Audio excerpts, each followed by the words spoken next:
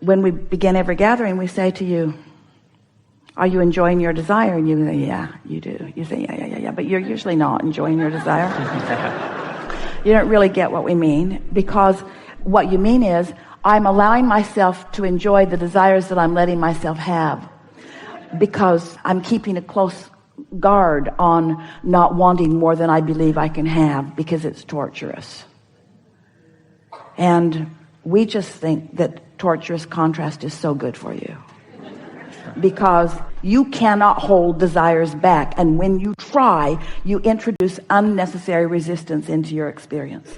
And the reason that you hold your desires back is because you've been using feedback from others who don't believe in the process, who don't understand the process, who don't believe in themselves, and who don't believe in you as your feedback. So if you say to someone who hasn't traveled the world, who doesn't understand about vibrational currency, it's a vibrational currency that we want you to spend. We want you to discover the currency of vibration, the currency of letting the energy flow. We wanting to expand your sense of where you stand and who you are in this equation of creation. And we're wanting you to, all of you, to hear us when we say, you're not getting your fair share. You're holding yourself back from your fair share, because you've got bogus beliefs and flawed premises that keep you from letting yourself have your fair share. So in that limited thinking, you don't let yourself want in the way that you naturally do, and you practice not letting yourself want with such deliberateness, because you don't want to look bad. You don't want to be talking about stuff that you can't demonstrate right now. But we want you to be talking about stuff that you can't demonstrate, because we want the unconditional pleasure of it to be what you're going for. We're out here on the leading edge, friends, way out here on the leading edge. As we visit with you, most people who come to us initially, they just want to figure out how to live a better life. They just want to figure out how to have more money and more friends and have nicer things in their life experience and to fulfill their reason for being. And it's a long list of things that you want. But few of you understand that the key to what you're looking for is a fast-moving vibration that you're up to speed with. That's really what you're looking for. If either of those elements is out of whack, if you don't allow a fast-moving vibration and you're not up to speed with it, you don't feel so good. So sometimes if in the early days, you allowed a fast-moving vibration, but you weren't up to speed with it, you felt bad. And so you say, well, I'm not going to do that again. And we're saying, but don't let the thing that you give up be your fast-moving vibration. Your fast-moving vibration must be encouraged. What you want to do is get up to speed with it. So we want you to talk more with more sense of ownership of who you really are and what's coming. We want you to say things like, I am one of the most vibrationally prosperous people that I've ever met. I understand the laws of this universe. I understand how things work. I get who I am. I can feel the power of who I was when I was born. I can feel the perfection of my choices. And the contrast that I lived was so perfect for me. I launched so many rockets early in my life experience, and my vibrational reality, my vortex, is huge as a result of that early work that I did here in this physical body. I'm so happy that I was always on my path, and I always did exactly what I was here for. And I love that there is a robust vibrational calling that is calling me in a really powerful way. And I revel in every hint of it, every inkling of it that I get. I revel in that. And I love being consciously aware of my emotional guidance system. I love knowing when I'm letting myself be up to speed and when I'm not. I'm poised for the perfect life experience. I don't compare myself with one other person, because what they have, what they're doing, what they're thinking, how they're being, how they're feeling really is irrelevant in terms of my relationship with who I am. It's irrelevant in terms of who I was coming in and who I was when I was born and who I am standing here and who I am as a non-physical energy.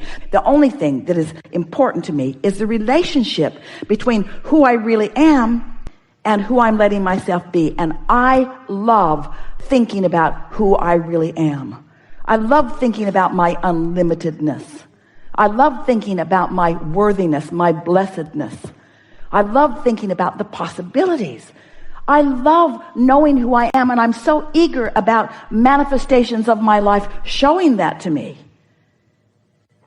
Esther found herself in a position where she saw and wanted and could afford a magnificent structure in a place that she had forgotten how much she loved being.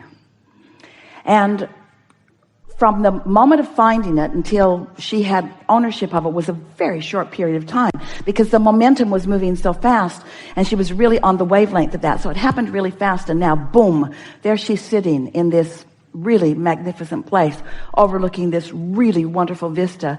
And as she sat there trying to comprehend the bigness of the manifestation, she understood the perfection of the alignment that she had accomplished. So that's the first time you've really gone there in a while, because you're so practical. Because if you let yourself want something that you can't go do right now, it feels like failing.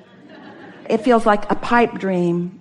And in an action world, we don't want you to go do things that you can't afford to do. But in a vibrational world, you are abundant. You get to think about those things that you want to do. You get to let your juices flow about that. Spend time letting yourself be in the receptive mode of the imagination of that, you see.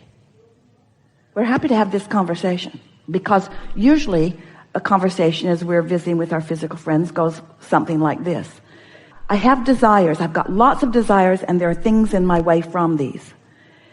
But you've taken it a step further, and a lot of you have. I have lots of desires, and I've got things in my way that keep me from it. And so I hold myself from thinking about desire, because when I turn my attention to my desire, my negative emotion, as I'm aware of the condition of it not having happened yet, flares up, and then I think I'm miscreating. Did you hear that? So now what we're saying to you is, I have desires that my vibration is not allowing me to manifest right now. But I've decided to approach this life unconditionally. So I don't need the condition of that desire right now to be happy. The thought of it feels good to me. I'm going to allow myself to think about it. I'm going to allow myself to find the feeling of it. The feeling of landing in a country that I haven't been in before, and looking out the window into the environment of it and getting my first glimpse of something that is new, and stepping off the airplane into the weather atmosphere and feeling the atmosphere, the earth atmosphere of this, feeling the temperature, feeling the humidity, smelling the fragrances, being there, getting a glimpse of the people, hearing their sound, feeling them. In other words, you don't have to go there physically in order to have that emotional experience. You see what we're getting at?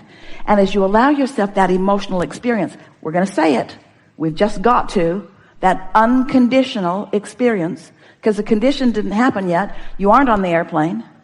You aren't on the airplane. You're not there smelling it with your nose. You're smelling it with your emotion. You have allowed the thought to manifest. So don't hold back from that. Some of you, along that process, and it's true of you, it's true of many. Esther experienced it too, especially in the beginning. You become so determined to be really good, deliberate creators that you sort of hold yourself back from the expansion that you're not up to speed with yet. You don't ask for all that you want. You just don't let yourself go there because you're guarded. You don't want that other shoe to drop. You don't want to come face to face with the realization that you've asked for something that you haven't allowed yourself to realize. So we began saying to you, you're never going to get it done. You're not ever going to get it done. So let that go. And you can't get it wrong. So be nicer to yourself along the way. But still, there's a sort of precision about you, a sort of guardedness about you, a sort of, I'm going to get this right, that doesn't allow you the adventurous version that you really want. The really adventurous version, because you're afraid of getting it wrong. And we want you to understand that you can't get it wrong. It will never be so wrong that you can't pull it back into alignment if you want to. And so when you say to us, and we hear it often from people, my life is going pretty well, we would rather hear you say, I am ravenous about this life. There's so much that I want, and I'm screwing up every time I turn around. There's so much that I want that I'm not allowing myself to have. And that's what you're reaching for. You're reaching for more aliveness. You're reaching for more enthusiasm for life. You want to allow more of the energy to flow, even if it risks you resisting some of the energy that's flowing. And so sometimes when that desire is strong within you and you have not even acknowledged it to yourself, something that indicates the resistance that you've got going on shows up in your experience and causes a faster development of desire, faster than ever before. This life is supposed to produce desire even if you haven't yet come to the place that you're allowing yourself to receive it fully.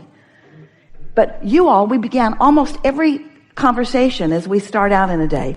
You almost always, when we say, are you enjoying your desire?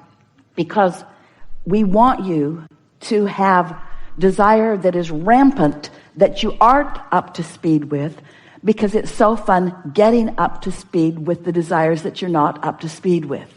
That is the zest of life that you're looking for. We're going to say it again. The zest that you're looking for is for your life to launch rockets that you're not in the vicinity of, because it's so fun to get in the vicinity of it. Because everything is relative. It is so fun to move from not being in alignment to in alignment. That's fun. It's like, why do you go on the roller coaster? Why do you go up so you can go down? Why do you do that? Because you like the relational experience. You like the feelings of that. You get a sense of what we're talking about? Yes. So what you bring to this table, and it is a wonderful representation, and a lot of people are feeling it, is don't be afraid to get out there in the dynamics of this vibrational universe and let your desires soar far beyond your ability to own them. Because when you do come into ownership of those, how good it's going to feel. It's sort of like, do you remember those Thanksgivings when you were obligated to go to 3 or 4 different places at once?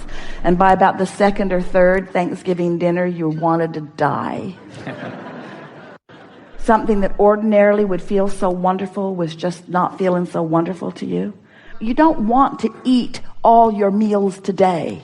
And you don't want to experience all the ideas that will flow to you in your whole lifetime today. You want them to just continue to come. So yes, you said, I'm going to go put myself into a physical body on the leading edge of thought, and I'm going to mix it up enough that I launch plenty of rockets of desires. And in the early days of your life, you launched more rockets that you could ever begin to keep up with. And you did not like that discord, and so you've decided to not do that again. But the thing is, you can't ever do that again because you now know too much. You know about alignment, so you can let your desires soar. You can reach for things that you have not been allowing yourself to reach for. And that's what this tripping up has been about. You've been deliberately holding stuff back, and you cannot do it.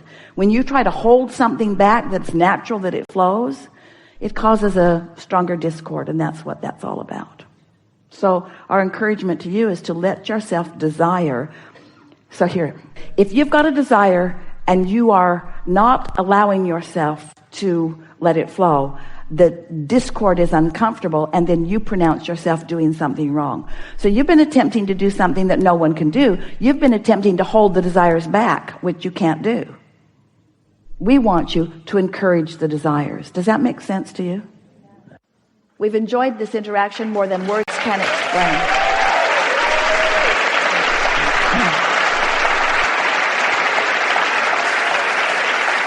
You are the creator of your reality, but more important, you're the creator of your perception of reality. But more important, you're a creator of the mood. You are the creator of how you feel right now. You are the creator of your vibration. You are the creator of your ability to perceive. You are the creator of your perception of reality. When you accept that every one of you who perceive is perceiving reality differently, then you will understand that you can create the reality that you want to create by creating the perception of the reality that you want to create.